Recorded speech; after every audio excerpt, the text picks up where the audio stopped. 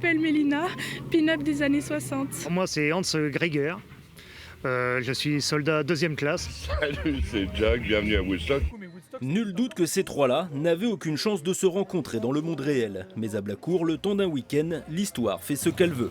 C'est original, c'est ce qui fait justement ce festival très attrayant, puisqu'il y en a pour tout le monde, des années 30 jusqu'aux années 70. Passé de l'entre-deux-guerres aux années folles, c'est le pari du Bray Vintage Festival. Créé il y a 6 ans, pour sauver la fête foraine du village, le rassemblement est aujourd'hui un rendez-vous prisé des collectionneurs de voitures anciennes.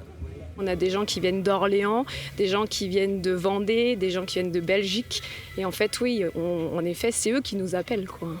On demande d'ailleurs aux collectionneurs, venez habiller avec l'âge de votre voiture. Rétro-camping, vélo du 19e, mobilette et même pouls du ciel, avion des années 30. Pour les exposants comme pour les visiteurs, c'est l'occasion de se réunir autour d'un patrimoine sentimental. 404, c'est ce qu'avait mon père. Plus loin, il y a une R16, c'est ce que j'avais, donc c'est que du bonheur.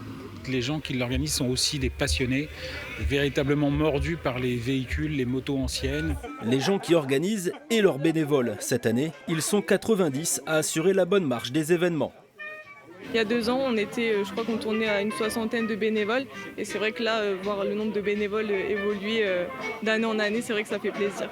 Plus loin, les vieilles mécaniques ont laissé place aux vieux fusils. Au programme, reconstitution de camps militaires et découverte d'armes de guerre. Un devoir de mémoire réussi auprès des jeunes. Les FFI, c'est la force française de l'intérieur, les résistants. Je suis un des plus grands fans des militaires. Pourquoi ? Parce qu'ils ont délivré la France à la Seconde Guerre mondiale. Ici, on apprend beaucoup plus de choses qu'à l'école. Le plus canon pour les visiteurs, c'est que l'entrée du festival est gratuite.